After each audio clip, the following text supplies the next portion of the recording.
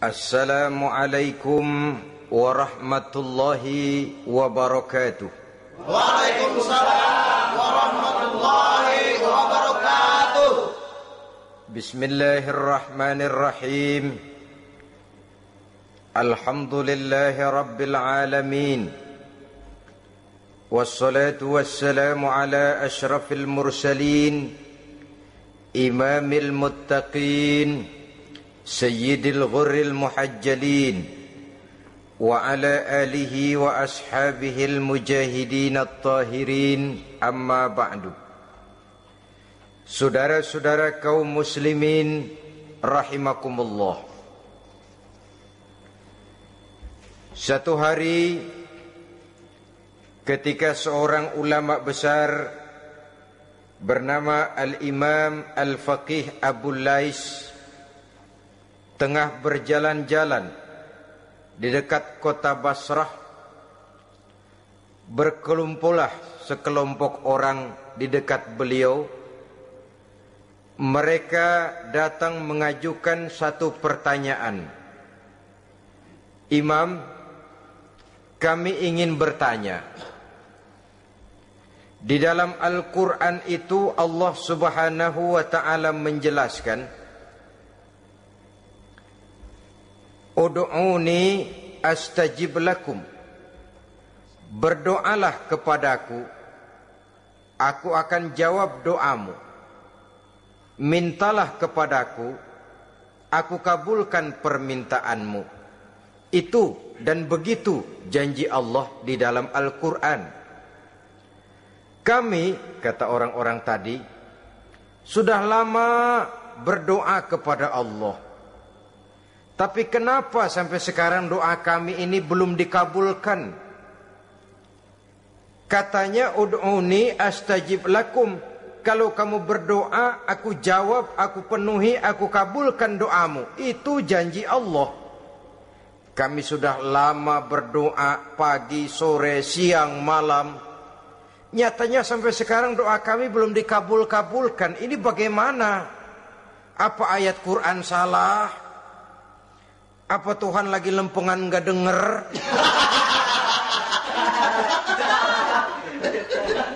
Apa doa kami yang terbalik? Kelihatannya sepele saja ini. Doa tidak didengar oleh Allah. Permohonan tidak dijawab, tidak dikabulkan oleh Allah.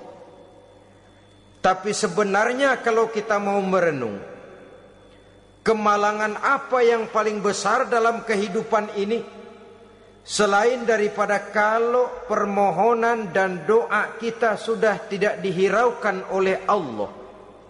Artinya hidup sudah tidak diopeni oleh Allah.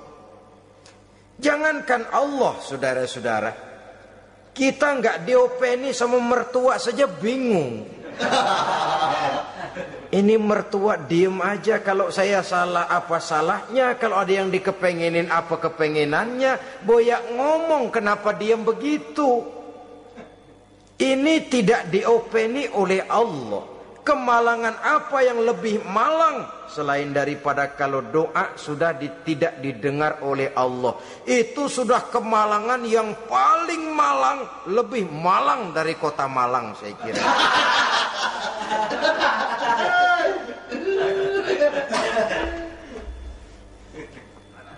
Menghadapi pertanyaan ini, Imam Al-Faqih Abu Lais senyum. Lalu beliau berkata, tuan-tuan, tahu kenapa doa tuan-tuan tidak dijawab, permohonan tidak dikabulkan? Allah sudah tidak memperdulikan tuan-tuan ini. Kami tidak tahu, Imam, maka kami bertanya. Begini, hati tuan-tuan itu mati. Dari hati yang mati, channel tidak nyambung kepada Allah. Dari channel yang putus tidak ada getaran strom. Bagaimana akan timbul gejala?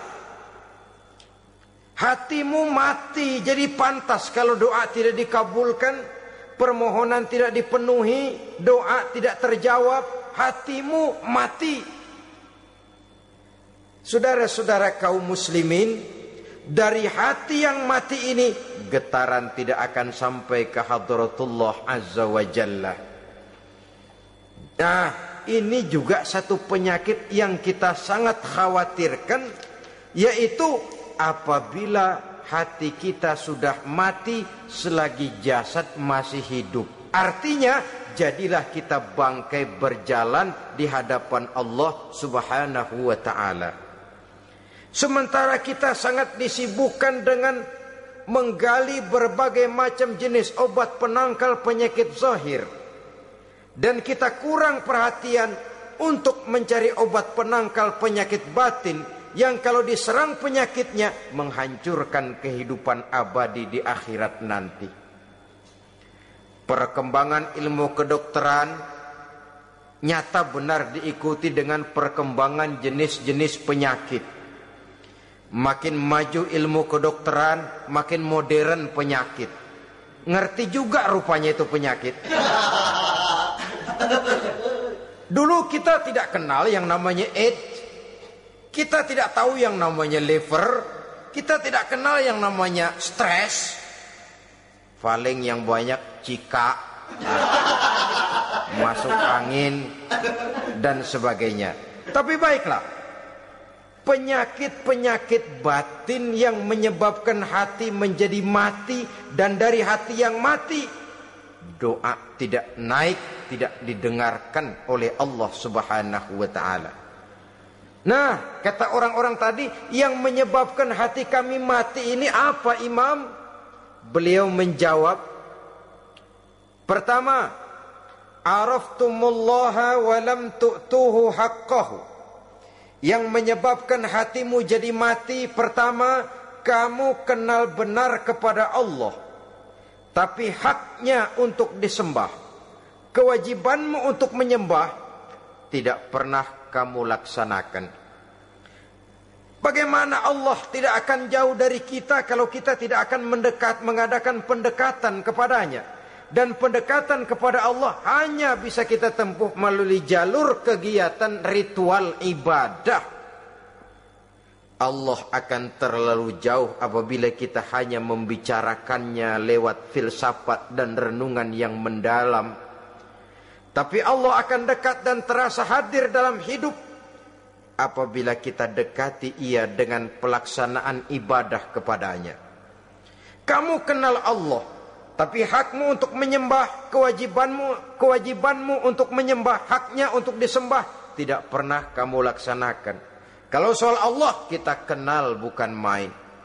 Bahkan tidak hanya kita mengajarkan kenal juga kepada anak-anak kita. Kalau ditanya siapa pencipta matahari, bulan dan bintang? Allah. Siapa pencipta lautan, gunung, hutan belantara dan sungai-sungai? Allah. Siapa pencipta bumi, matahari dan sebagainya? Allah. Sembahyang apa enggak? Bagaimana nanti?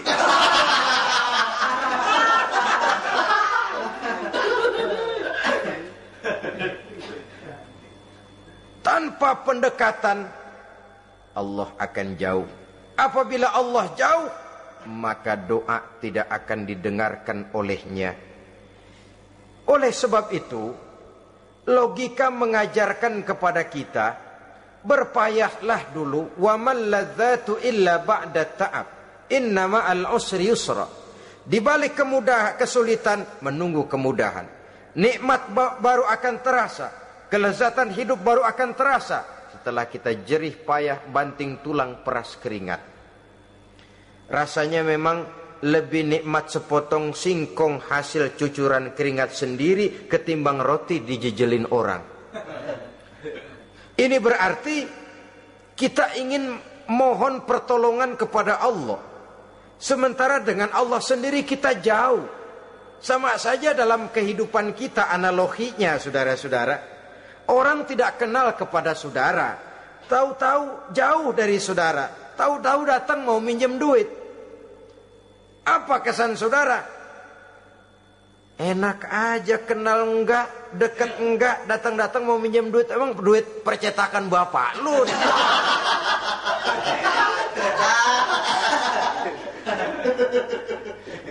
Sedangkan yang kita kenal, sedangkan yang kita bertemu tiap hari, Sedangkan yang sering datang ke tempat kita, kalau satu saat dia pinjam duit, toh kita kadang-kadang masih mikir. Apalagi datang nggak pernah, berkunjung nggak pernah, ngobrol nggak pernah. Apalagi kenal juga nggak pernah, datang-datang mau minta. Macam apa? Datang nemuin Tuhan setahun 2 kali.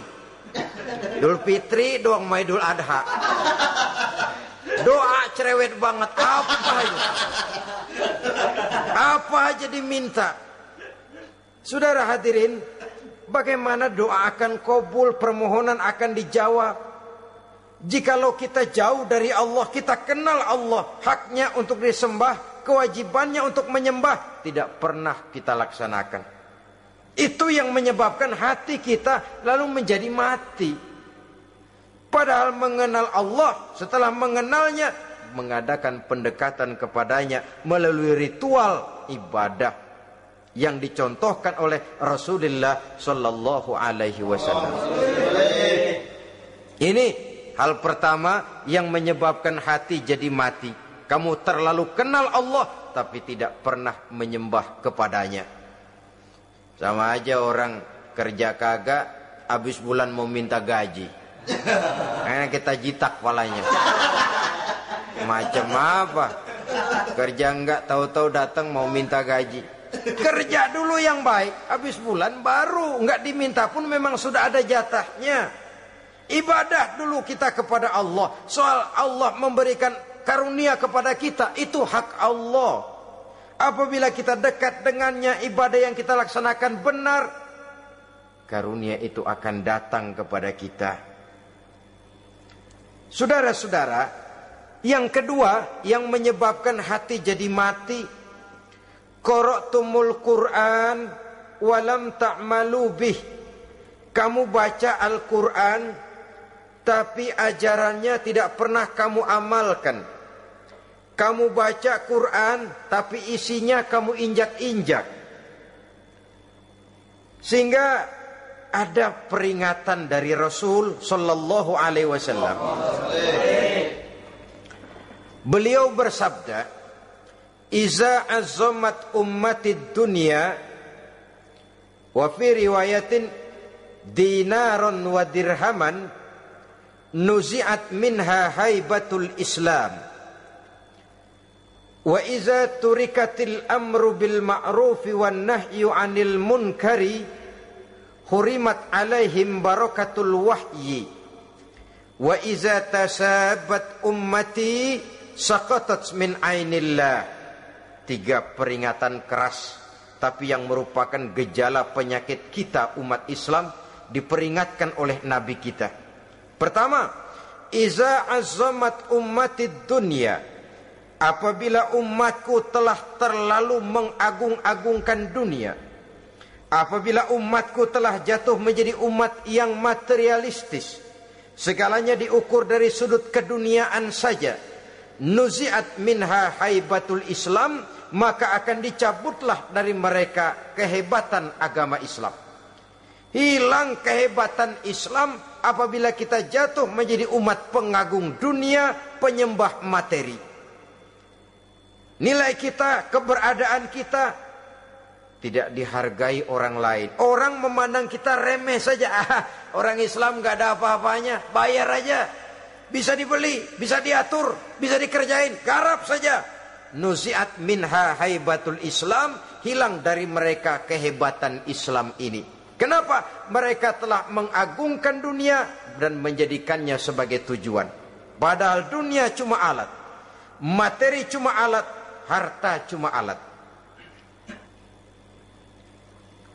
Yang kedua, wa iza turikatil amru bil ma'rufi wan nahyu 'anil munkari, hurimat 'alaihim barakatul wahyi. Apabila telah ditinggalkan amar ma'ruf dan nahi munkar, maka hilanglah keberkahan wahyu. Ini yang ada hubungannya dengan masalah kita. Kita baca Quran, kita tidak amalkan isinya. Bagaimana hati tidak jadi mati? Amar ma'ruf dan nahi munkar ditinggalkan orang, hilang keberkahan wahyu. Pada saat itu boleh jadi Quran ada, tapi cuma tinggal tulisan saja. Islam ada, cuma tinggal sekedar nama saja. Diseminarkan, disimposiumkan, dimuktamarkan, tapi tidak dijabarkan dalam kehidupan sehari-hari. Apabila amar ma'ruf dan nahi munkar telah ditinggalkan orang, hilang keberkahan Quran itu. Akibatnya apa? Apabila amar ma'ruf tidak lagi digalakkan orang, nahi munkar tidak dilaksanakan orang, lalu orang menilai sesuatu menurut seleranya sendiri. Mana yang ma'ruf, mana yang munkar, tidak ada lagi patokan utama. Kalau baik kata otaknya, dia kerjakan. Tidak baik menurut otaknya, dia tinggalkan. Agamanya adalah otak, berhalanya adalah akal. Akhirnya umat kehilangan pedoman. Tidak lagi jelas mana batas yang ma'ruf, mana batas yang munkar. Dalam kondisi sedemikian, akhirnya akan terjadi penjungkiran nilai. Paling celaka nantinya, yang ma'ruf malah dianggap munkar, yang munkar malah menjadi ma'ruf. Peringatan ketiga dari Nabi, wa iza tasabat ummati saqatat min ainillah. Apabila umatku sudah saling berbantahan, apabila umatku sudah saling caci memaki, saqatat min ainillah, jatuhlah mereka dalam pandangan Allah Subhanahu wa taala. Hilang wibawa umat yang sudah saling mencaci maki, saling menjatuhkan, saling gasak, gesek, gosok. Justru agama menganjurkan kita ini saling asah, asih, asuh. Kadang yang kita praktekkan, kita ini saling gasak. Yang kedua, saling gesek. Yang ketiga, saling gosok. Gasak, gesek, gosok. Kacau kita ini. Saling gasak, menjegal kawan seiring, menggunting dalam lipatan.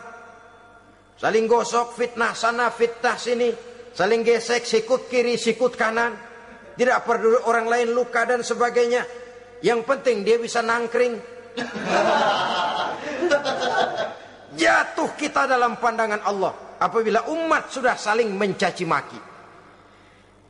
Maka kita kembali kepada persoalan, hal kedua yang menyebabkan hati jadi mati, qara'tumul Qur'an walam ta'malu bih. Kita baca Al-Quran, tapi ajarannya nyaris tidak kita amalkan di dalam kehidupan kita.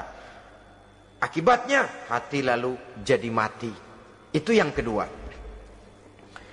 Yang ketiga, yang menyebabkan hati jadi mati dan doa tidak terjawab, idda'aitum annakum min ummati Muhammadin sallallahu alaihi wasallam walam ta'malu bisunnatihi. Kamu mengaku, kamu memproklamirkan diri sebagai umatnya Nabi Muhammad, tapi sunnahnya tidak pernah kamu amalkan. Malahan perkembangan paling akhir, bukan saja tidak mau mengamalkan sunnah, malah mengingkari sunnah. Inna lillahi wa inna ilaihi raji'un. Oh, Nabi Muhammad itu manusia biasa seperti kita. Sebagai manusia dia bisa salah. Dan ternyata hadis banyak yang palsu. Yang otentik cuma Quran. Selebihnya adalah sejarah. Tidak ada itu sunnah. Langsung saja kepada Quran. Oh, hadis itu bukan sumber hukum. Oh, tidak perlu mengamalkan sunnah. Saudara-saudara kaum muslimin, mengaku kita umat Nabi, tapi sunnahnya kita campakkan, tidak kita amalkan. Setelah tidak kita amalkan, kita campakkan. Setelah kita campakkan, kita ingkari pula. Inna lillahi wa inna ilaihi raji'un. Bagaimana hati tidak jadi mati? Kalau siang malam kita memproklamirkan diri sebagai umat Nabi Muhammad, sementara sunnahnya kita campakkan, kita abaikan, dan kita ingkari dia, sunnah itu. Padahal jikalau sekarang kita mengenal Islam, jikalau kita sekarang ngerti halal haram, tahu hak batil, bisa memilah dan memilih antara yang ma'ruf dengan yang munkar, itu utamanya adalah karena jasa Nabi Muhammad SAW, yang dari generasi ke generasi dilanjutkan oleh para sahabat, oleh tabi'in, oleh tabi'it tabi'in, terus oleh para ulama-ulama sampai kepada kita sekarang ini. Walaupun beliau hanya berfungsi sebagai penyampai, tapi kepribadiannya dijadikan model oleh Allah Subhanahu wa taala di dalam kita melaksanakan kehidupan beragama. Bahwa beliau manusia seperti kita, memang dalam arti unsur biologisnya ya manusia, punya darah, punya daging, punya hati, punya perasaan, bisa sedih, bisa gembira. Tetapi beliau itu termasuk basyarun la kal basyar, manusia yang tidak seperti manusia pada umumnya, punya spesifik, dan itu wajar sebagai seorang rasul pilihan Allah, apalagi merupakan rasul pilihan dari sekian puluh pilihan.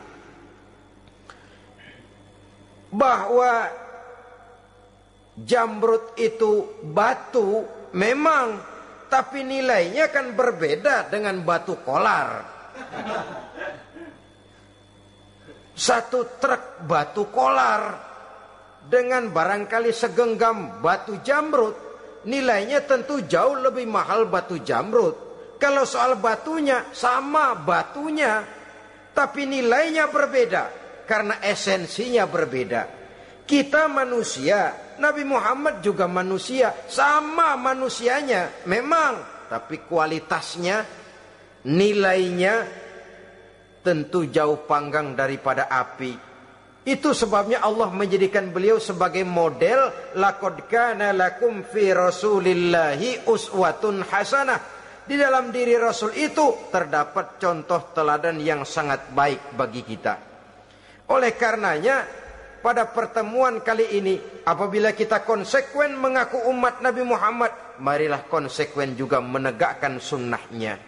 3. Yang keempat, yang menyebabkan hati jadi mati dan doa tidak terjawab, akaltum ni'mata rabbikum walam tashkurulah. Tiap hari kamu makan nikmat Tuhanmu, tapi kamu tidak pernah mau bersyukur kepadanya, kepada Allah Subhanahu wa ta'ala. Nikmat Tuhan kita doyan banget. Tidak pernah sehari dan sesaat pun terlepas diri dan hidup ini dari nikmat-nikmat yang diberikan Allah. Sejak kita bangun tidur sampai tidur kembali, bahkan tidur itu sendiri, di pasar, di sawah, di kantor, dimanapun kita berada, gak pernah nikmat Allah berhenti. Hidup kita dalam alam diberikan segala fasilitas untuk menunjang kehidupan. Gak pernah Allah pasang pajak matahari, gak pernah Allah pasang pajak gas udara. Nikmat-nikmat yang banyak itu tiap hari kita kecap, tiap hari kita nikmati, tapi kita tidak pandai bersyukur. Padahal Allah memberikan peringatan keras dalam hadis qudsinya, man lam yashkur ala na'mai wa lam yasbir ala balai falyakhruj min tahti samai wal yatlub rabban siwaya. Siapa yang tidak mau bersyukur terhadap nikmat yang aku berikan kepadanya dan tidak mau bersabar terhadap ujian yang aku berikan kepadanya, silahkan keluar saja dari kolong langit ini dan cari Tuhan selain aku. Diusir oleh Allah. Kalau orang tidak mau bersyukur terhadap nikmat yang aku berikan dan tidak mau bersabar terhadap ujian yang aku timpakan, keluar dari kolong langitku, keluar, cari Tuhan selain aku. Diusir. Lah yang ngusir Allah. Anak sekarang bilang mau ke Menong.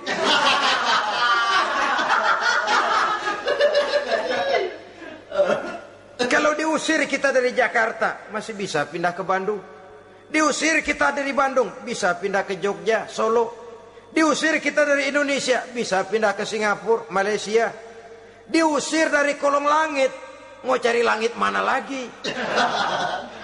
Kalau kau tidak mau mensyukuri nikmatku, tidak sabar terhadap ujian yang aku berikan kepadamu, keluar saja, keluar dari kolong langitku ini, cari Tuhan selain aku. Kalau istilah kita mah Tuhan, jengkel banget udah itu. Nikmatku, yang nikmat yang aku berikan kau makan, tapi kepadaku engkau tidak pernah mau bersyukur. Saudara-saudara kaum muslimin rahimakumullah, wajar. Kita dulunya tidak ada, sekarang ada, nikmat. Susunan biologis manusiawi kita demikian cantik, nikmat. Tinggal di bumi, fasilitas yang kita perlukan disediakan, tinggal kemampuan kita mengelolanya, nikmat. Diberikan kita otak yang membedakan kita dengan binatang, nikmat. Diberikan kita agama, diutus para rasul untuk jadi model dalam kehidupan kita, nikmat. Kalau cara kita emang kurang apa sih? Apa yang kurang, hai manusia? Engkau tidak ada, aku adakan. Kalau aku perintahkan kau tinggal di bulan, mungkin kau tidak akan sanggup hidup. Begitu lahir juga kelepek-kelepek habis. Ya nggak ada HO2 toh di bulan, mau ngisap apa? Aku tinggalkan kau, aku perintahkan tinggal di permukaan bumi. Alamnya indah, fasilitas serba menunjang. Nikmati semuanya, semuanya untuk kamu, semuanya. Satu pintaku, syukuri nikmat yang aku berikan kepadamu. Ya bukan cuma syukur dalam ucapan, syukur dalam perbuatan. Banyak nikmat yang diterima, makin banyak dia sujud, makin banyak dia ruku, makin banyak dia mengadakan pendekatan kepada Allah. Syukur dalam artian berupa tindakan dan perbuatan, mempergunakan nikmat sesuai dengan kehendak yang memberikan nikmat itu sendiri kepada kita. Saudara-saudara kaum muslimin rahimakumullah, ini penyakit yang keempat. Kamu makan nikmat Tuhanmu, tapi kamu tidak pernah pandai bersyukur kepadanya, mensyukuri nikmat yang diberikan tadi. Bagaimana hati tidak jadi mati? Kita sibuk mempersolek jasmani, mencari obat penangkal penyakit zahir. Maka yang ramai di zaman sekarang, saudara lihat, salon, fitness, senam, macam-macam jenis. Tidak ada salahnya dan tidak ada jeleknya. Tapi kalau itu sampai melupakan kita kepada memperindah batin, memperbaiki jiwa, artinya bukankah kita perlahan tapi mempersiapkan diri menjadi bangkai berjalan di hadapan Allah. Dengan operasi plastik, yang pesek jadi mancung, yang sipit jadi belok, kulit keriput jadi kencang, pipi terlalu cekung bisa diatur. Saudara-saudara, tapi kalau hati yang rusak, jiwa yang rusak, kemana lagi kita akan berobat kalau bukan kepada agama? Maka hati itu jadi mati apabila kita selalu memakan nikmat Allah dan tidak pandai mensyukuri nikmat itu. Dari hati yang mati tidak akan ada getarannya. Oleh sebab itu doa tidak terjawab.